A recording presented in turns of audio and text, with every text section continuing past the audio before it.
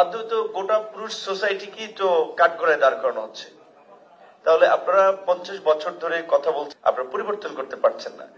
এই ধরনের সভা সেমিনার আজকের আমাদের এই ফাউন্ডেশনের এক্সিকিউটিভ ডাইরেক্টর ওনারা বললেন যে ওনারা লাস্ট 20th সেঞ্চুরি লাস্টের দিকে কাজ করেছেন।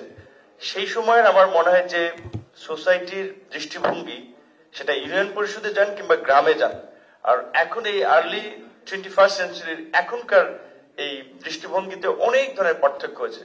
যেমন আমি যখন গ্রামের স্কুলে পড়েছি, ওইখানে নেদারল্যান্ডের এনজিও গুলোর সৌজন্যে স্কুলে শেখানো হতো যে ওয়াশরুমের পরে হাত স্যানিটাইজ করা, স্কুলে সাবান থাকতো, থাকতো, ওই স্কুলে শেখানো। এখন ওই গ্রামেরই, ধরেন আমার ওই গ্রামেরই এখন কিন্তু প্রত্যেক বাড়িতেই পাকা, একেবারেই টয়লেট থেকে শুরু করে অনেকের বাড়ি ঘরও পাকা। সো এই যে অর্থনৈতিক উন্নতির ফলে কিন্তু মানুষের সামাজিক অন্যান্য দৃষ্টিভঙ্গির একটা ব্যাপক পরিবর্তন ঘটছে।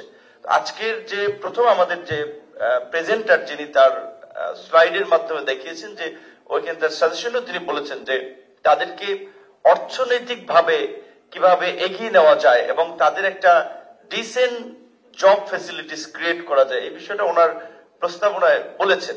সেই জায়গা থেকে আমি মনে করি যে, যেমন যদিও আমি নিজেই এই কোটা সংস্কার আন্দোলনের ওয়ান অফ দ্য পাইওনিয়ার, কোটার বিরুদ্ধে আমরা আন্দোলন করেছিলাম। আবার আমাদের প্রাইমারিতে যেমন 60% কোটা দেওয়া হয়েছে, কেন?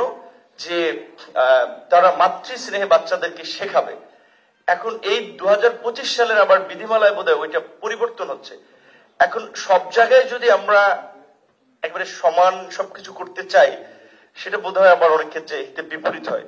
তো আশরাফ ভাইয়ের কথা, আমি জাস্ট হিলারি ক্লিনটনের কথা আমার বারবার মনে পড়ে যে আমেরিকানরা এত একটা ডেভেলপ নেশন, হিলারি ক্লিনটনের মতো একটা স্মার্ট, সুন্দর এবং ডেমোক্রেটিক পার্টির একটা খুব প্রগ্রেসিভ উইমেন, তাকে কিন্তু ভোট দিয়ে তারা প্রেসিডেন্ট বানায় নেয়।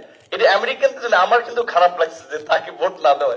এখন আপনি যদি আমাদের দিকে যদি দেখেন যে আমরা পুরুষের জায়গা থেকে পলিসি নির্ধারণে উইমেনদেরকে বাইপাস করে কাজ করছি, এই জায়গা থেকে কেন উইমেনদের প্রতিনিধিত্ব এত বছরে আসে নাই? আপনাদের মতো কিছু লোকজন তো আসছে। আমরা যেটা ঐক্যমত্য কমিশনে বারবার বলছিলাম, এখানে অনেক পার্টি, 30 থেকে 35টা পার্টি, অথচ আমরা লাস্টের দিকে পেয়েছিলাম আন্টিকে, তানিয়া আন্টিকে। লাস্টের দিকে কোন ম্যাক্সিমাম মিটিং গুলো একেবারে উইমেন শূন্য, কোনো উইমেন ছিল না।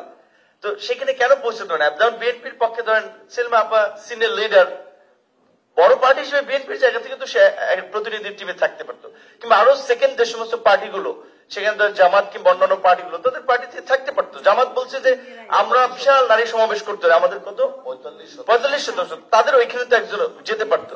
তো তাদের পার্টি যারা করে তারা কেন মেইন স্ট্রিমে যেতে চায় না? এখানে আমাদের ম্যাডাম বলেছে এবং রিফাত যেটা বলেছে, এই যে একটা বাস্তবতা, আমাদের আর্থ সামাজিক প্রেক্ষাপটে অনেক নারীরাই, ঠিক আছে, ক্রাইসিস মোমেন্টে, যেমন আমার ওয়াইফ, সে একজন আপনার এই সময় তরুণী, শিক্ষিত, সে কোনো পলিটিক্যাল কোনো বক্তব্য দেয় না এবং সে পলিটিক্স পছন্দ করে না, যদি আমি পলিটিক্স করি।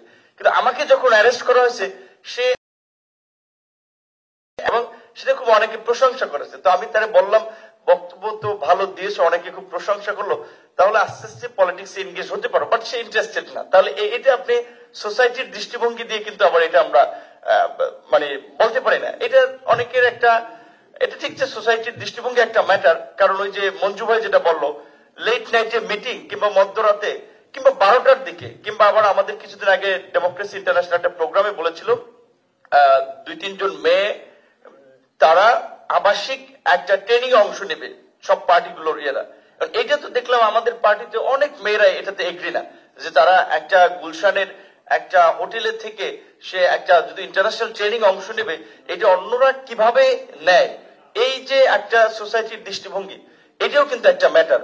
আর সর্বশেষ আমি আবার প্রস্তাবের সাথে খুব আমার মনে হচ্ছে যে দ্বিমতের সাথে বলবো, আমার কাছে রোটেশন পদ্ধতিটা ভালো লেগেছে। কিরকম? যেমন আপনারা বলছেন যে ববি ভাই যেটা বলেছিল যে 100 সিট রিজার্ভ করেন, 300 পুরুষ সিটের বিপরীতে 100 নারী সিট আপনি নির্ধারণ করবেন। নীলুফার, মনিয়াপাত মাঠে ঘাটে যায়, তিনি জানেন। তাহলে 3টে পুরুষ সিটের বিপরীতে একজন নারী সে নির্বাচন করবে। তাহলে তার বিশাল এরিয়ায় ক্যাম্পেইন করা, তারপরে অর্থ তো একটা বড় ম্যাটার। সো এটা কিন্তু ফিজিবল না, এটা আমার কাছে বাস্তবায়নযোগ্য মনে হয় না। বরঞ্চ যেটা এই 20 বছর আগের প্রস্তাব হলেও রোটেশন পদ্ধতিটা ছিল যে 300-র মধ্যে আপনি 100 ফিক্স করবেন যে এই 100 এবার এই ধরেন গাইবান্ধা, রংপুর, পটুয়াখালী এই জায়গা থেকে 100 না করা যেত। আমার মনে হয় এর মধ্যে দিয়ে কিন্তু বড় একটা অংশের নারী নেতৃত্ব বের হয়ে আসতো। সো এটা আমার কাছে খুব ভালো প্রস্তাব মনে হয়েছে।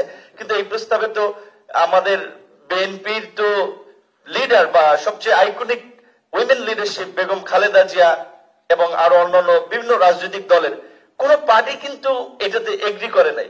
এটা যদি এগ্রি করানো যেত, এইভাবে আমাদের সুযোগ ছিল নারীদেরকে রাজনীতিতে মেইন স্ট্রিম একটা সুযোগ করে দেওয়া, কিন্তু এটা কোনো পার্টি এগ্রি করে নেই। আর সর্বশেষ যেটা হয়েছে সংরক্ষিত দেওয়ার মাধ্যমে তো আমি মনে করি যোগ্য নারী নেতৃত্ব আসে না।